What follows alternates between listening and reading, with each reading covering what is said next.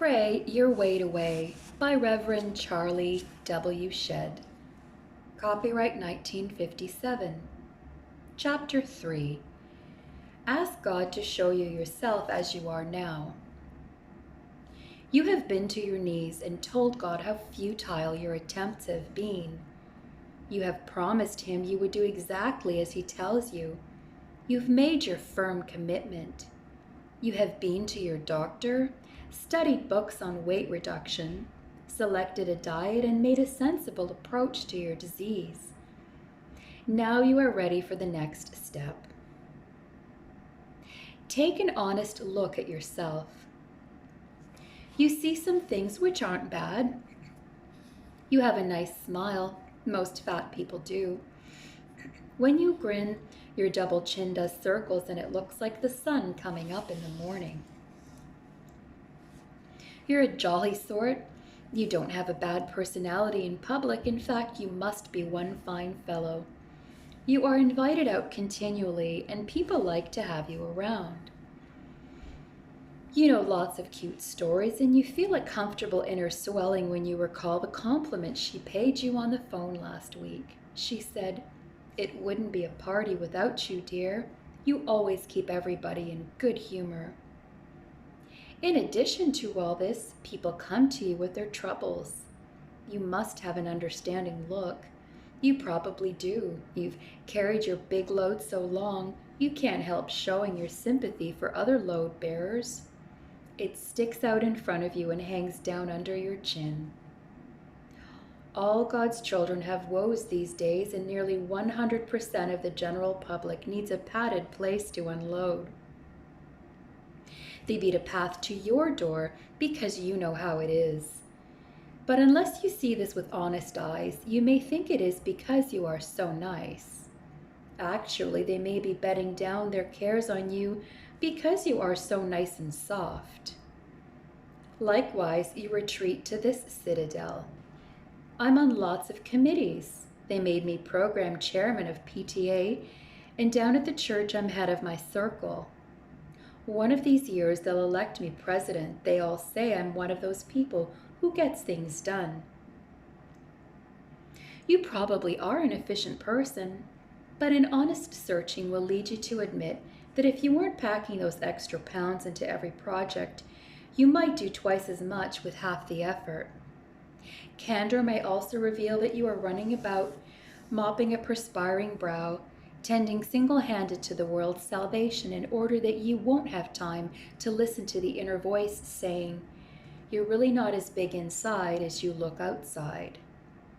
Still, there's gaiety, sympathy, efficiency, nice things to be said for you, but when you study them with full integrity, you know that you aren't truly happy. You see that you could do more to help people find their path home if you had made your own way out of the woods. You recognize that your efficiency cannot, by any stretch of the imagination, be credited to your bulging contours. One by one, each Humpty Dumpty has his fall. When you take an honest look in the mirror, you find the words of Deuteronomy engraved on you. "Thou art waxen fat, thou art grown thick, thou art covered with fatness." And you don't like that.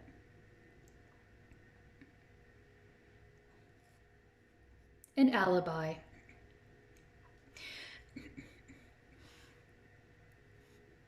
The list of popular side doors for the sizable includes Alibi A.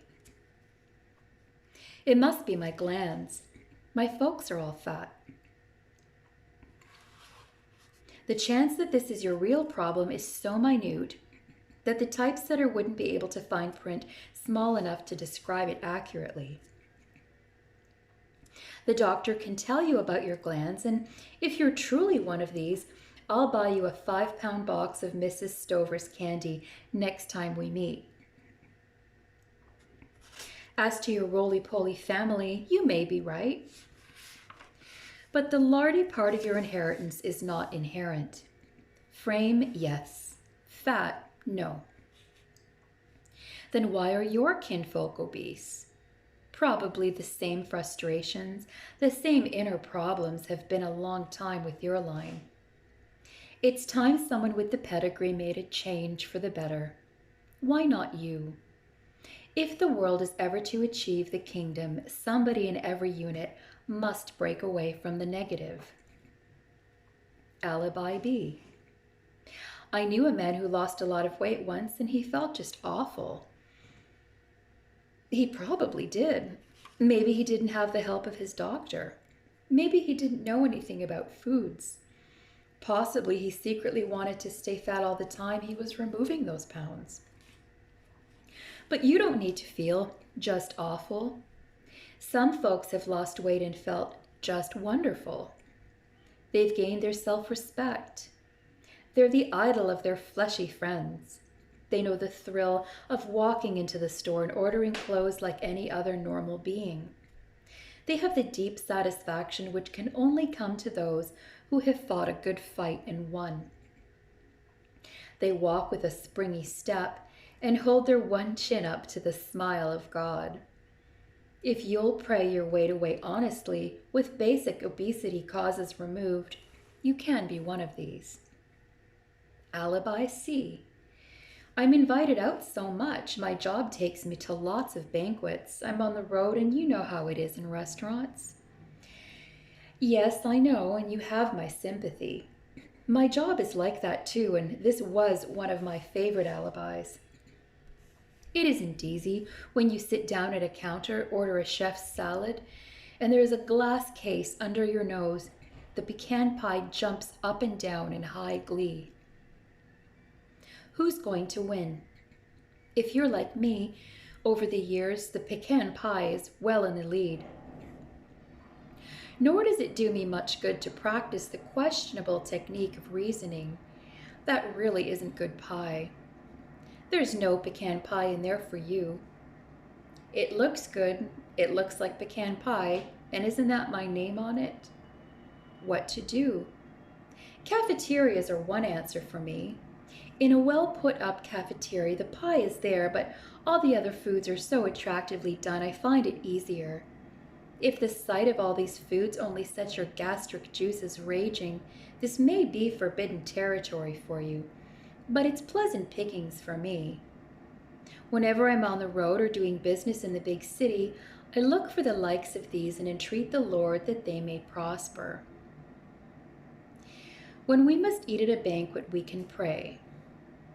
And it is surprising how quickly the Lord busies the crowd at something else besides our food.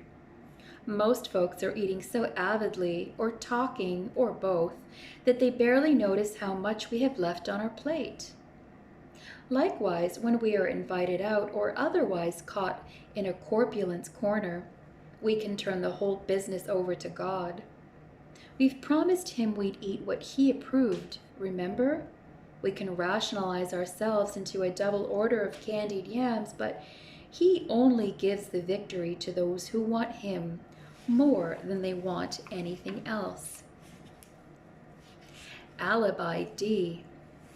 Every time I try to diet, I get the queerest pain in my chest. Pains in the neck, the left arm, the small of the back, or the big toe are equally effective. Geraldine tips the scales at 33 pounds too many. I heard her say the other day that every time she begins to diet, her hip begins to ache. Yes, sir, whenever she gets down to 145, that hip jumps up and rings a bell. So Geraldine rationalizes her amplitude with this. I guess the padding must protect whatever it is that hurts when I diet. Geraldine isn't kidding. Something does hurt when her scale tips downward, but chances are better than ever it's her neurosis screaming itself hoarse because it's being stifled. It'll probably keep right on screaming until Geraldine tackles the neurosis first. Prayer is an inner orderer. That's why praying your weight away is the only process which will remove your pounds and keep you feeling good while you're doing it. Alibi E. My family doesn't help. We all enjoy eating at our house. My wife loves to cook, and why should I deprive them while I deprive me? There are many roads around this hill. If your wife loves to cook, you can buy her a cookbook for overweight people for her next birthday and let her have some real fun. There are dozens of interesting ways to prepare food and still reduce. Diets loaded with vitamins will bless your whole family. Food can be featured which will satisfy you and all the hungry mouths about your board. Besides, if you love them so much, why not spare them the grief of an early funeral? Comes now a paradox. Your family loves you. They prefer you alive, but at the outset they may conspire to keep you fat. True, you've been nasty at times, but they know how to manage you in your present proportions. They need an entirely new set of tricks if you should change. When you begin praying your weight away, watch them closely for signs of this reluctance. They may shower you with goodies and lure you with, "We all love you just like you are." But they're in for a real surprise because you're getting acquainted with God, the source of all truth. You're becoming honest, and they can now be honest in their relationships with you. This release of tension in the family circle is sure to come. As you pray, you put your hand in God's hand, and His peace flows through you to all you meet, including your family. The list of alibis could go on seriatim and in extenso. The writer of Ecclesiastes must have been including these when he said, "There is no new thing under the sun." God has heard them all, but if yours is brand new, He'll show you a way to live above it if you really want to know. Through others' eyes. If you can't quite come honest by a close examination of your own rationalizing, you might get at it by facing up to this. When you are fat, you wear a badge which announces to all the world that you are weak. If you saw a man who arose every morning and carried 100 pounds, or 30, through each day and went to bed with it at night, you'd think he was slightly out of his mind. Now face it, what must others think of you? There are so many magazine articles written on this theme that anyone who reads has at least a smattering of the psychology of obesity. Of course, they don't sit up nights and worry about you. They have their own problems, but secretly, folks sense there's something wrong with you.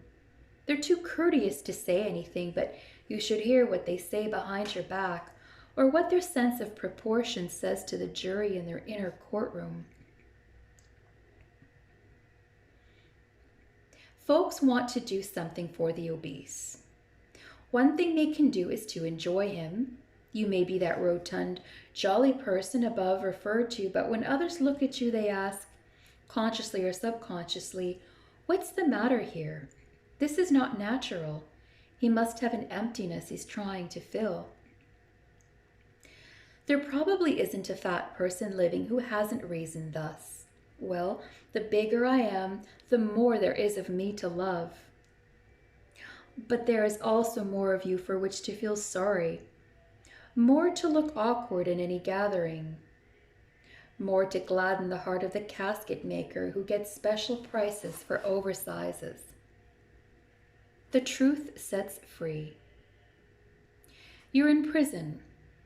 True, it's a padded cell and the eats in this big house are plentiful, but there's no tunnel under the wall small enough for you. Your only out is the front door. Quit kidding. You know you're dying a bit more every day, and you've heard that outside these walls there is life, green trees, and everything wonderful. Augustine said, "I brought myself from behind my back and set myself before my face." Take an honest look. Ask God to remove the greasy film which covers your glasses. When He knows you mean what you're asking, He will let you have the truth, and the truth shall make you free. Prayer for self-honesty. Dear God, I want to quit kidding myself. My mind is imprisoned in untruths and alibis. I am good at shifting the blame. I comfort myself with falsehoods. I see now that these are not reasons but excuses. I confess my big and little lies. You have promised that if I come to you honestly, you will show me myself as I am. Remove the film that I may see. Now I can truly view myself, waxed fat, grown thick, covered with fatness. Thank you, Lord, for giving me the key to this prison door. Help me to hold fast to the truth, that the truth may permanently make me free. Amen.